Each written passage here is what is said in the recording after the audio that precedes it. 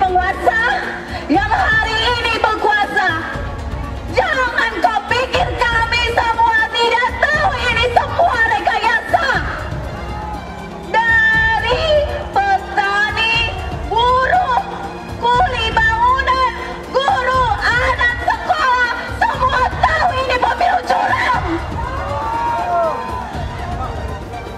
Kau buat ini jadi negeri dongeng. Kau obrak-abrik demokrasi karet. Kau tahu kami semua marah. Tak perlu pikirin makan gratis. Kami bisa ngasih makan anak-anak kami. Pikirkan pendidikan itu paling penting. Biaya pendidikan cukup mahal. Kau kan tahu selera anak kami apa. Gak usah dipikirin. Kami tahu apa yang bisa kami kasih buat anak-anak kami. Hari ini cukup sudah. Bawaslu KPU curang. Kami minta MK untuk adil dengarkan suara hati rakyat. Kita harus bersatu, rebut demokrasi, rebut kedaulatan rakyat. Jangan dengarkan ocehan-ocehan yang bilang dia sudah menang. Itu semua rekayasa. Itu semua rekayasa. Kita tahu semua itu rekayasa. Kalau kita mau menang, kita harus bersatu, ibu-ibu, bapak-bapak. Benar? Dia punya mata tapi tidak dipakai untuk melihat. Dia punya telinga tidak dipakai untuk mendengar. Dia punya hati, tidak punya empati terhadap rakyat. Hampir 10 tahun dia menjadi pemimpin di negeri ini, tapi gak punya hati. Dia rapat visi Indonesia. Dia hanya memikirkan kekayaan untuk dinastinya. Dia bangun dinasti untuk anak cucunya. Semua yang dia kasih ke rakyat, yang semua yang dia beri itu adalah uang kita, uang rakyat. Cukup sudah. Pajak naik, PBN naik, beras naik. Kami emak-emak yang merasakan, sangat merasakan. Hari ini mari kita bersatu bersama-sama. Rebut kedaulatan rakyat, rebut demokrasi. Jangan mau dipecah belah. Buat kalian yang dibayar, kalian punya... Kita sudah mendengar. Ya, saya lebih baik saya penjara demi untuk kemaslahatan rakyat daripada saya melihat para pengkhianat-pengkhianat, pemimpin-pemimpin yang tidak demokratis seperti ini.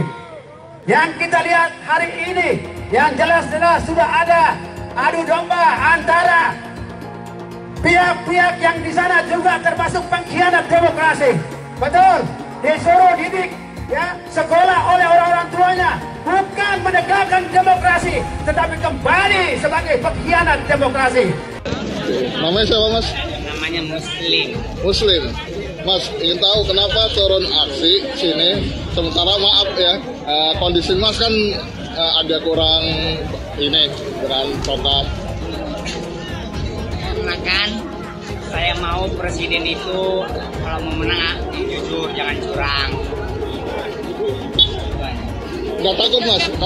Kalau ada apa-apa nggak takut? Nggak takut, saya takut kepada Allah, nggak takut siapa. Okay. Saya nggak percaya rakyat Sumatera Utara nggak percaya Prabowo menang. Yang percaya Prabowo menang, mendingan pindah agama aja, udah itu aja.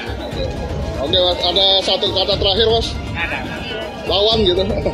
Yang percaya Prabowo menang, pindah agama. Agamaku Islam, dia nggak percaya. Oke. Terima kasih, Mas. Satu hal ya, saya ngomong terus terangnya di sini ya.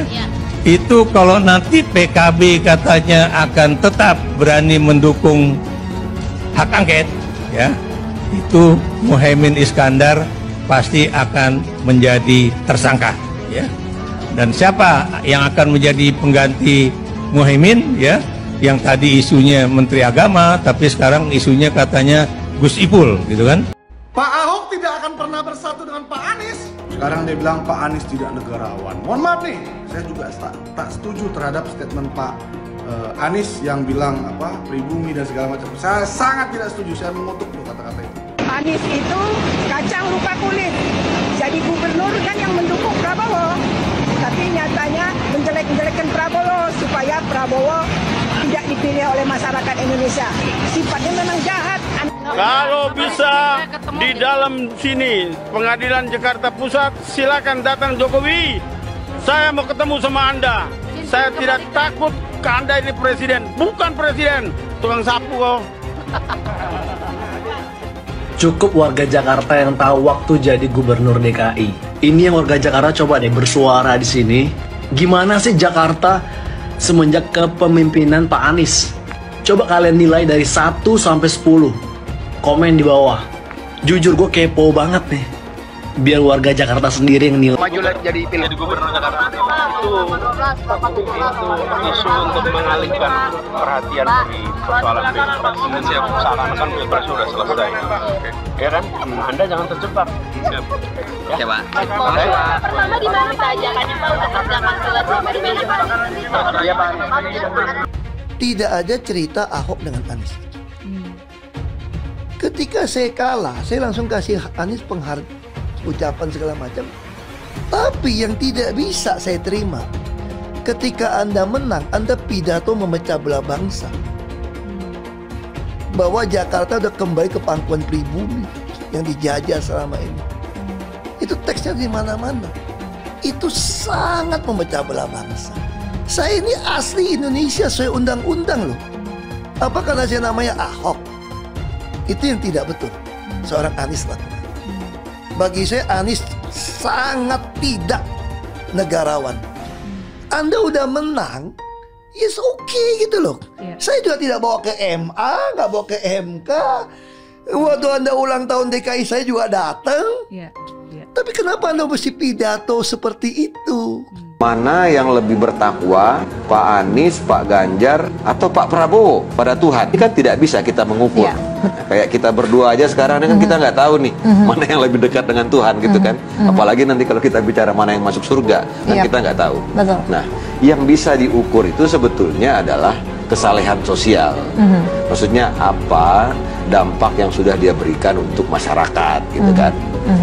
Makanya sering ada pertanyaan, misalnya kalau dari teman-teman pendukung Anies gitu kan, apa sih prestasinya Pak Prabowo? Ya saya sampaikan, ya Pak Anies itu prestasinya Pak Prabowo gitu loh. Jadi Pak Prabowo itu orang yang pemaaf, dia mudah memaafkan orang. Pak Prabowo itu orang yang juga berani meminta maaf. Jadi setiap akan diperiksa itu ada hambatan politis, psikologis, karena selalu dituding ingin menjegal Anies karena formula itu kan itu psikososial, sehingga KPK itu setiap nyebut mau menyelidiki gitu, orang mau demo, KPK-nya mau dibakar, kalau ini ya untuk menjegal gitu, sehingga ya gamang. Apakah kasus korupsinya ada indikasinya kuat? Laporan BPK itu menyimpulkan Formula E tidak boleh dibiayai oleh APBN maupun APBD. Firm itu ya? Firm, karena menurut undang-undang yang boleh dibiayai oleh APBN, APBD itu undang-undang olahraga tertentu yang disukai rakyat secara masif. Nah, lalu disebut yang masif itu apa? Sepak bola, voli, bulu tangkis, sirkuit itu tidak ada. Nah, lalu BPK minta ini supaya didalami, ada indikasi tidak benar. Nah, setiap ini mau didalami, ribut, katanya mau menjegal Anies gitu. Sehingga sekarang ya kalau pertimbangan politisnya begitu, saya bilang silakan aja KPK. Tapi kalau Anda tanya ke saya, bukan bahkan saya ya, KPK itu bukan banyak. Kalau Anda tanya ke saya, Anda pedulikan itu tegakkan. Ngomongin koalisi perubahan, koalisinya Abah Anies emang nggak pernah ada habisnya. Koalisi perubahan ini solid banget, tapi bukan solid dukung Abah Anies ya, tapi solid untuk merubah. Bulan Februari aja belum selesai, tapi Nasdem sama PKB bau-baunya mau ninggalin Abah Anies nih. Kemarin Pak Surya Paloh ketemu Pak Jokowi di istana, terus PKB santer banget kabarnya bakal gabung koalisi pemerintah. Ini mah karma is real guys. Pas debat kemarin, Abah Anies nuduh Pak Prabowo nggak kuat jadi oposisi. Ini partai koalisinya belum apa-apa udah mau nyebrang aja ke kubu yang menang. Untuk Abah Profesor Anies Rashid Baswedan, sebelum nasihatin Pak Prabowo, tolong nasihatin partai koalisi Abah Anies dulu ya. Udah, gitu aja lah. Aduh, mohon maaf. Halo, kubu 02. Saya sebutin aja deh. si Gibran dan Pak Wowok. Makan gratisnya makan yang apa dulu dong? Minum susu basi. Makan gratis makanan apa dulu? Aduh deh, aduh ya Allah. Zaman gini kok makan gratis. Hai, jangan mau dibodoh-bodohin dengan bocah kencur. Bocah kencur yang nggak ngerti apa-apa. Sekolah aja, mohon maaf tanda kutip, mau memimpin negeri terbesar ini. Hai rakyat, sadar kalian. Jangan cuma dimakan gratis. Hello, sadar kalian, cerdas. No. Nggak setuju? Tidak setuju. Makan gratis nggak setuju. Makan gratis kami masih sanggup. Namanya kami makan, kami hidup. Kalau kalian setuju dengan makan gratis, karena hidup kalian berarti tergantung oleh kubu 02. Berarti kalian bodoh. Mantap. Bodoh. Oke Bu. Oke, jangan. Ibunya semangat banget nih guys. Bu, Allah bilang apa? Qatiluhum, lawan mereka. Betul, kita harus revolusi. Allah bilang, yu'adzibumullah, Allah yang akan mengazab mereka.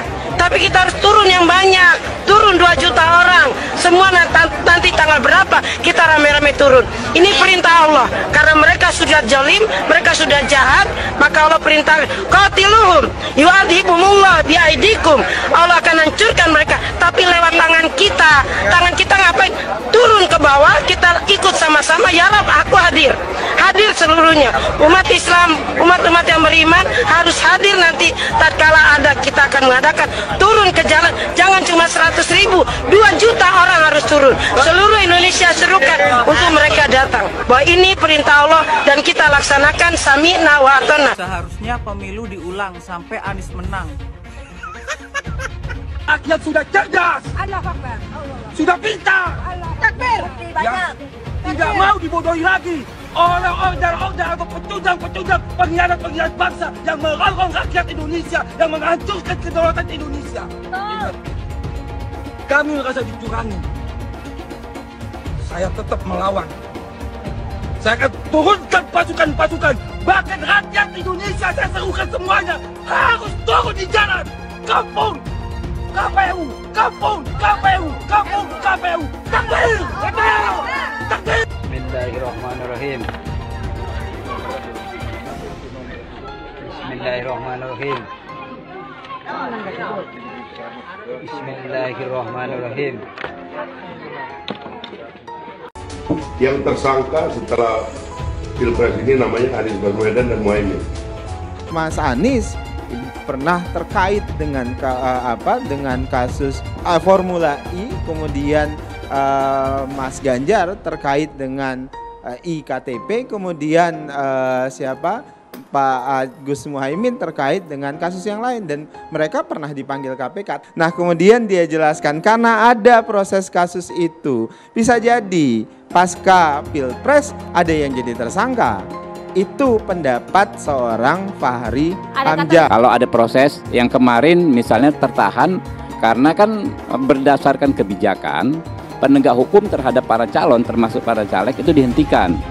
Ya, orang yang sudah diperiksa ya dihentikan ketika dapat status sebagai caleg atau capres atau cawapres. Anies Baswedan, ya Nis ya, denger nih.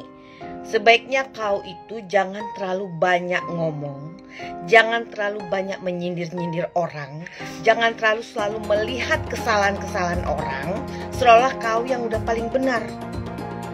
Semakin kau banyak ngomong, omongan kau itu blunder. Kau sendiri gak ngerti apa yang kau omongin. Sekarang A, besok berubah B. Sebaiknya kau tunjukkan kinerja kau aja, prestasi kau aja apa. Walaupun kau udah jadi gubernur gagal di DKI 5 tahun, nah jangan kau bikin juga gagal Indonesia ini. Ya, manusia yang terlalu banyak ngomong seperti kau itu adalah ciri-ciri manusia munafik. Manusia munafik sangat dibenci oleh Allah Subhanahu wa Ta'ala. Apabila berjanji dia ingkar dan berkata dia dusta. Ya, orang yang banyak bicara biasanya tidak bisa bekerja. Paham itu ya Anies Baswedan? Ketika ada pelanggaran etika dan Bapak tetap jalan terus dengan cawapres yang melanggar etika, artinya ada kompromi atas standar etika. Standar etika ini fakta. Ini fakta. Dan kemudian dalam pidato Bapak mengolok-olok tentang pentingnya etika. Saya tidak tega untuk mengulanginya. Pertanyaannya, apa penjelasan Pak Prabowo soal itu semua? Saya menilai, maaf ya, karena Anda desak saya terus terang aja saya menilai Anda tidak pantas bicara soal etik. Itu saja. Saya merasa bahwa Anda itu posturing, ya. Anda tuh menyesatkan. Itu aja, ya. Saya boleh berpendapat kan? Saya menilai Anda tidak berhak bicara soal etik karena Anda memberi contoh yang tidak baik soal etik. Terima kasih. Fenomena ordal ini menyebalkan. Di seluruh Indonesia kita menghadapi fenomena ordal. Ada ordal di mana-mana yang membuat meritokratik nggak berjalan, yang membuat etika luntur. Dan ketika fenomena ordal itu bukan hanya di masyarakat, tapi di proses yang paling puncak terjadi ordal, maka rakyat kebanyakan, dan ini saya rasakan beberapa waktu yang lalu, beberapa orang guru berjumpa dengan saya, dan mereka mengatakan, Pak, di tempat kami pengangkatan guru-guru itu mendasarkan ordal. Kalau tidak ada ordal, nggak bisa jadi guru, nggak bisa diangkat. Lalu apa jawabannya? Atasan saya bilang, wong yang di Jakarta aja pakai ordal, kenapa kita di bawah tidak boleh pakai ordal? Kalau berbicara ordal, lupa waktu jadi gubernur. TGUPP, lupa dia. Ordalnya dia itu, tim sukses dia itu semua di sana. Jadi Anies itu banyak yang dia omongin, padahal dia melakukan hal yang dia pertanyakan. Mas Anies, Mas Anies, masa sih angin kok sampai nggak punya KTP lo ya? Angin keluar, angin masuk, angin keluar, masuk angin dodok ya. Angin puting beliung, wes, angin-anginan, itu kok semua bisanya nggak punya KTP itu loh ya. Angin dari Jakarta ke Lampung ke Sumatera ke Jawa itu ya, kok bisanya liar begitu. Sama seperti air hujan ya, air hujan itu yang banjir itu bukan banjir ya, itu air parkir ya, air yang parkir Mas Anies. Mau punya pemimpin yang seperti itu ya, mau punya pemimpin yang seperti itu, dikiranya rakyat ini bodoh semua kali ya. Air hujan jatuh ke bumi, nggak boleh masuk gorong-gorong. Yang banjir itu bukan banjir, itu parkir. Mas Anies. Mas Anies pernah jadi gubernur 5 tahun di DKI. DKI menerima indeks polusi tertinggi di dunia. Bagaimana dengan anggaran 80T, Pak Anies sebagai gubernur tidak dapat berbuat sesuatu yang berarti untuk mengurangi polusi? Terima kasih. Polusi udara tak punya KTP, angin tak ada KTP-nya. Angin itu bergerak dari sana sini. Ketika polutan yang muncul dari pembangkit listrik tenaga uap mengalir ke Jakarta, maka Jakarta punya indikator, karena itu Jakarta mengatakan ada polusi udara. Ya susah kalau kita menyalahkan angin dari mana saja ya. Kalau kita dengan gampang menyalahkan angin, hujan dan sebagainya, ya mungkin tidak perlu ada pemerintahan kalau begitu ya. Mas Anies.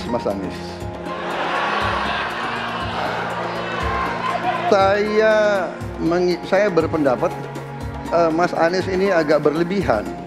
Mas Anies mengeluh tentang demokrasi ini dan itu dan ini. Mas Anies dipilih jadi gubernur DKI menghadapi pemerintah yang berkuasa. Saya yang mengusung Bapak.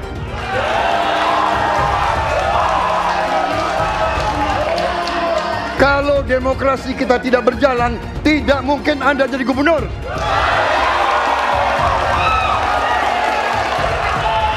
Kalau Jokowi diktator, Anda tidak mungkin jadi gubernur. Saya waktu itu oposisi, Mas Anies. Anda ke rumah saya, kita oposisi, Anda terpilih. Apa yang bisa diharapkan dari Anies? Nggak ada. Jakarta amburadul. Mimpin Jakarta aja amburadul, apalagi mimpin Indonesia. Anies itu perbual. Kayak mana apa karena perbual itu? Pembohong. Pembohong itu Anies itu. Gak usah dengar itu. Nggak layak jadi pemimpin. Apalagi jadi presiden. Di Jakarta aja kamu tengok itu amburadul. Di Jakarta tingkat kemiskinan tinggi. Pembangunan apa yang bisa dibangun Jakarta? Satu puskesmas pun bangunnya nggak ada. Masjid aja nggak ada dibangun. Mau ibadah. Di mana-mana kelebihan bayar. Apa yang bisa dibangun Anies? Satu aja nggak ada. Satu saja tunjukkan apa yang bikin Anies dibangun di Jakarta. Ganjar belum kampanye saja tetap di atas, apalagi sudah kampanye. Anies yang sudah keliling Indonesia, yang naik jet pribadi, keliling, jangankan naik, makin nyungsep ke bawah. Masa sudah tahu siapa Anies? Anies, siapa belakangnya? Oligarki, satu. HTI, FPI. Masa Indonesia bukan cari orang Yaman. Indonesia cari nyaman. Anies ini keliling-keliling Indonesia mau ngapain sih? Bingung saya ngelihat.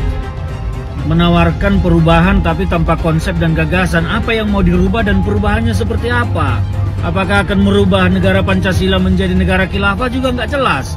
Jadi perubahan apa yang mau ketawarkan Nis? Jadi jangan berharap dapat lotre lah Nis, tiba-tiba jadi presiden Indonesia. Nggak, Indonesia ini terlalu luas, terlalu besar. Jangan bermimpi lah. Bicara ke sana ke sini keliling Indonesia seolah-olah paham dan mengerti masalah negara. Lawang jadi gubernur aja 5 tahun kamu nggak ngerti masalah Jakarta. Apa yang kamu lakukan dengan Jakarta? Nggak ada nih, nggak ada. Masalah Jakarta segitu banyak tak satu pun yang selesai. Yang ada malah kerusakan bertambah. Anies hendak jadi presiden, hendak mengadakan perubahan. Perubahan apa nak kau buat? Nak kau balik Indonesia ini telontang jadi telangkup.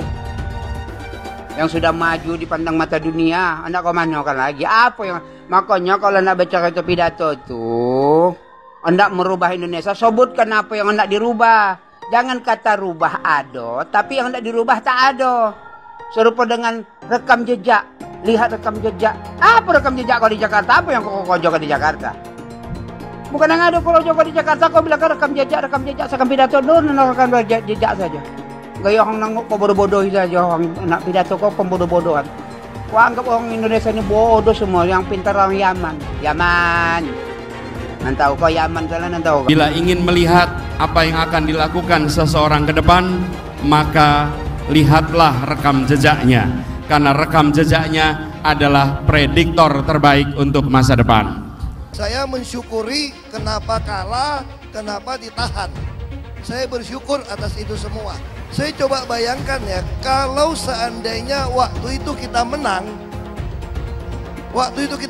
gitu ya, hari ini belum tentu kita bisa nikmati seperti ini. Kita bersyukur 5 tahun Tuhan izinkan kasih ke orang yang pintar ngomong untuk kerja. Coba kalau kita bayangkan gitu ya, kalau kemarin saya masih jadi gubernur, ini saya udah turun ini. Tapi yang pintar ngomong itu dikira orang hebat kan? Ini lebih berbahaya tahun 2024. Langsung ketahuan karakternya. Langsung ketahuan itu. Di saya juga ada kutipan Pak di kamar saya Pak. Tulisannya, Jakarta telah mengambil keputusan yang fatal. Jangan sampai bapak politik identitas justru menang dengan cara menipu umat Kristen. Jadi kalau sekarang umat Kristen mendukung Anies, mereka akan membayar mahal kerelaannya untuk menukar iman hanya untuk kepentingan sesaat. Kita tahu Anies lahir dari apa? Politik identitas.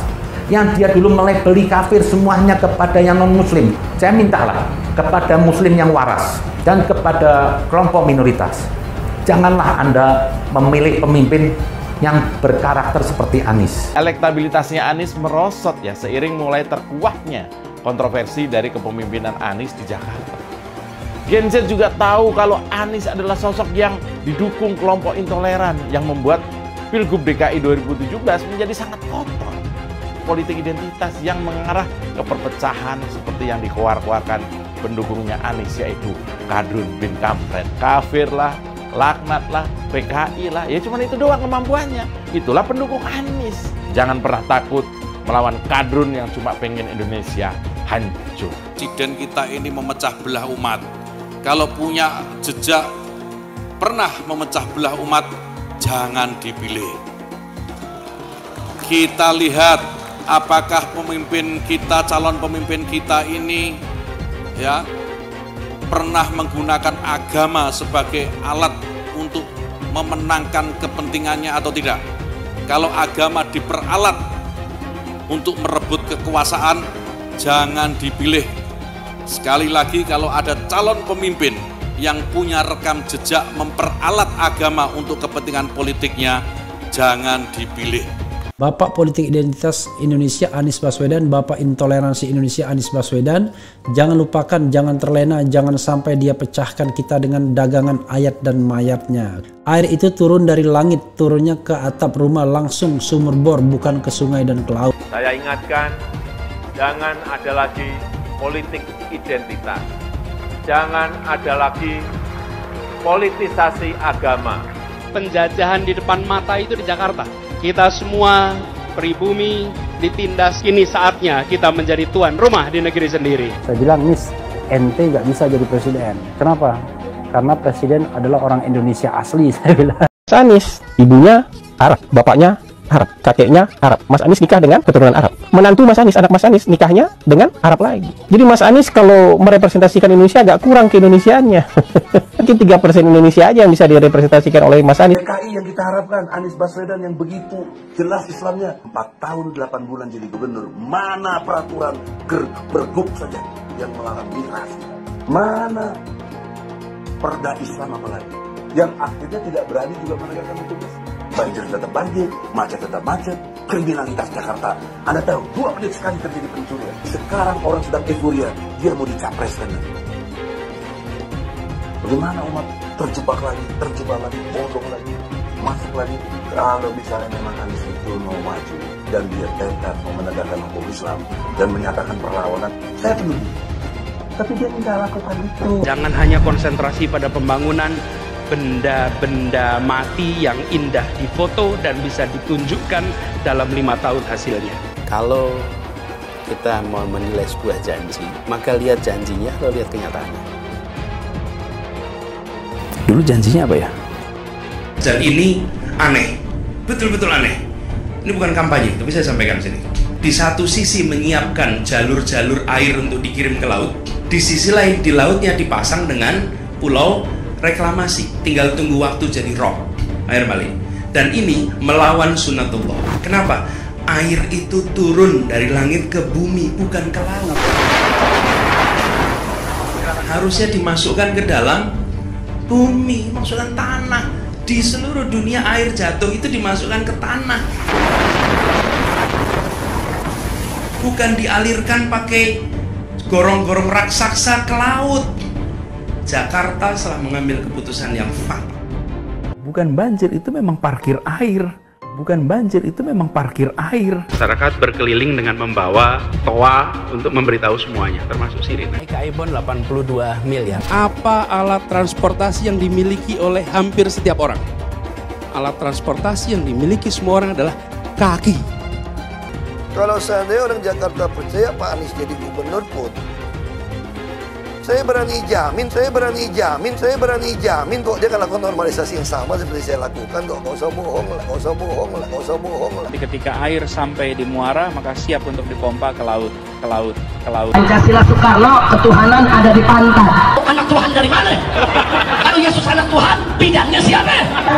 Besok di seluruh wilayah Indonesia kami katakan damai. Iblis hanya menggoda orang yang beriman. Makanya jarang-jarang orang kafir kerasukan setan. Yang kerasukan setan itu orang baik-baik. Jarang, saya belum pernah nengok Cina kerasukan setan. Pernah tak Ahok itu kerasukan setan? Enggak, setannya juga. Karena sesama setan dilarang saling menggoda. Karena di salib itu ada jin kafir.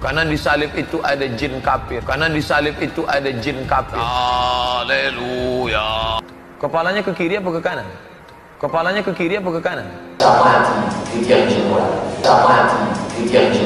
Tetap percaya salib itu lambang mulia, bukan jin. Kok ketawa? Aku nggak nyindir siapa-siapa loh. Saya nggak pernah mundur untuk kebenaran, keadilan, kejujuran dan peri kemanusiaan. Gue nggak pernah mundur. Dan gue gak pernah takut juga sama lu. Siapapun yang rasis, gue akan hadapin. Gue bilang. Karena rasis itu tidak berperi kemanusiaan. Sama saya ditanya dulu kan, kamu nyesel nggak statement kamu di Pulau Seribu sehingga masih masuk penjara? Tidak pernah nyesel. Karena saya mengatakan kebenaran. Hai semua, dengan saya Jonas Leong. Terima kasih banyak buat kalian penonton setia yang selalu menonton di channel ini. Saya secara personal sangat menghargai waktu kalian.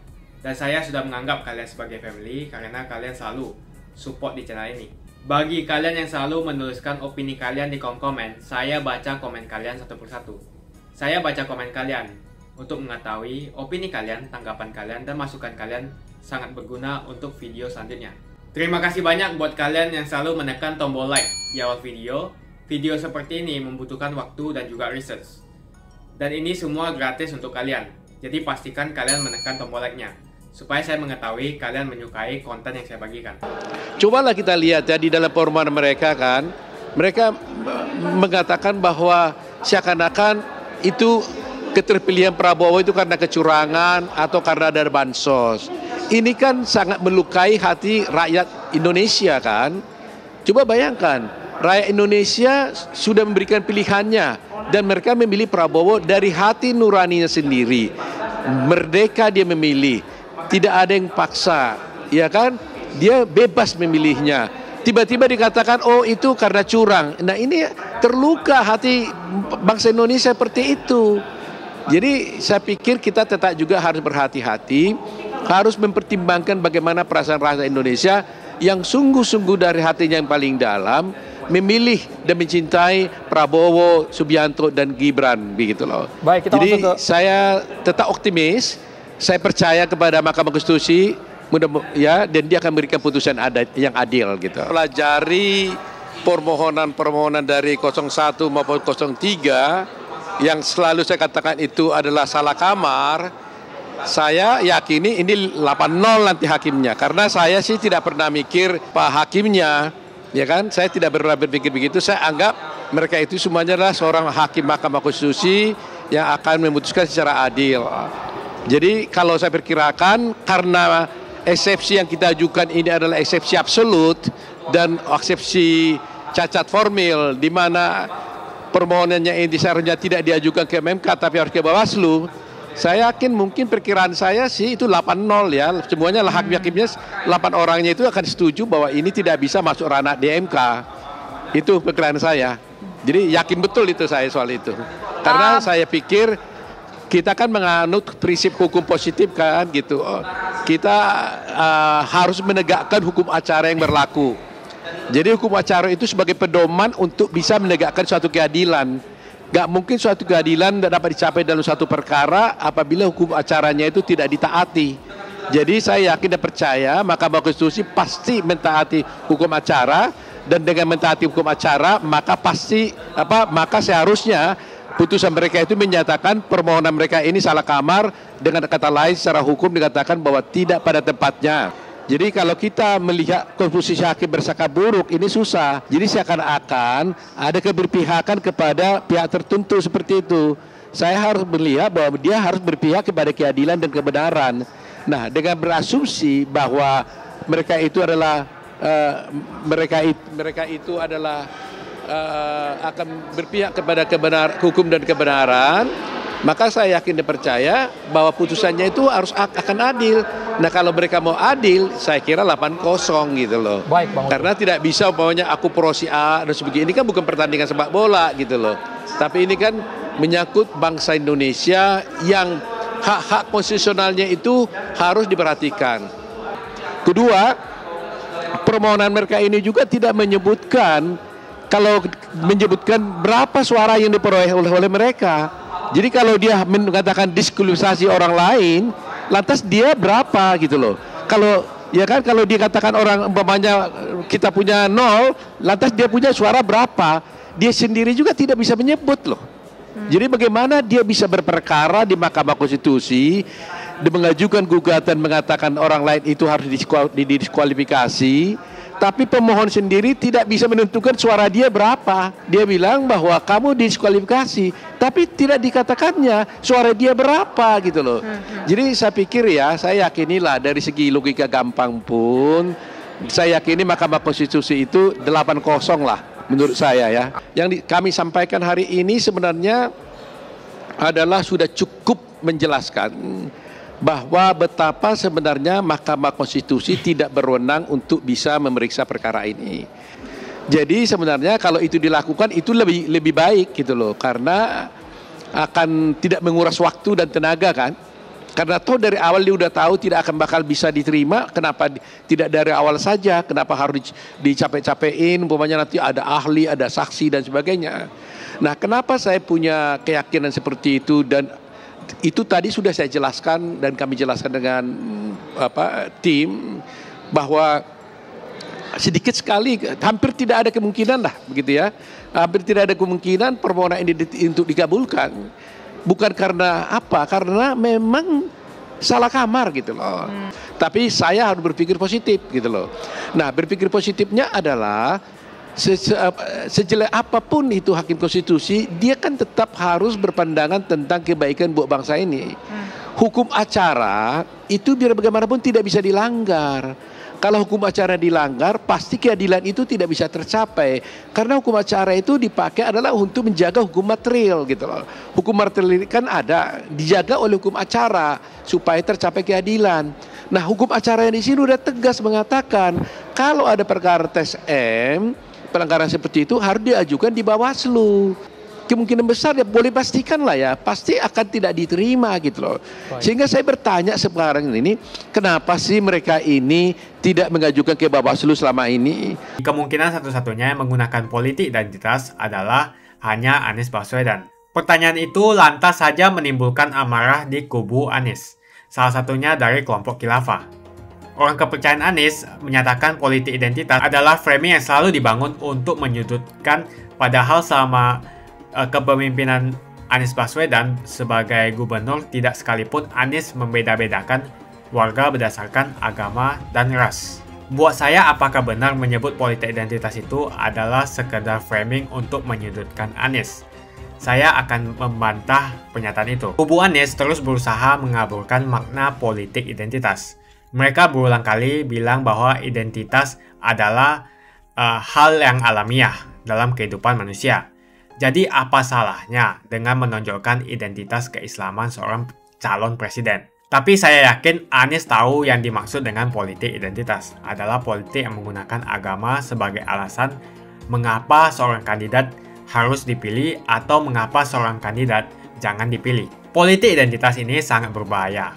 Politik identitas membuat masyarakat menjadi tidak rasional dalam berpolitik. Yang menjadi faktor utama dalam politik identitas adalah agama.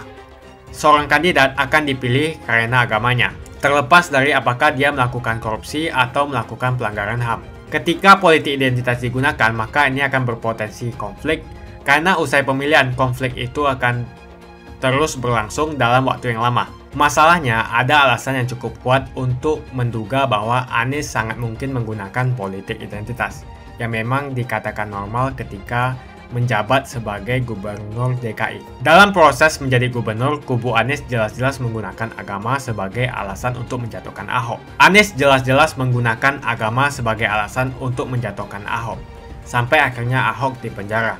Jadi ada track record sebelumnya bahwa Anies bisa menggunakan politik identitas untuk mencapai tujuannya. Anies sangat mungkin menggunakan politik identitas karena ini memang keunggulan komparatif dari Anies. Dia mungkin saja seorang doktor dari Amerika Serikat, tapi rekam jejak kepemimpinannya sangat tidak bagus. Dia gagal sebagai rektor Paramadina, gagal sebagai menteri, dan gagal sebagai gubernur. Jadi agama digunakan untuk membangun dukungan terhadap Anies. Itu saja opini saya. Pastikan Anda menekan like di video ini dan bagikan video ini ke teman dan family Anda supaya mereka mengetahui informasi ini. Jangan lupa tekan tombol subscribe dan bunyikan tombol loncengnya supaya kamu tidak ketinggalan info dari channel Jonas Leong. Dan saya akan jumpa kalian di video selanjutnya.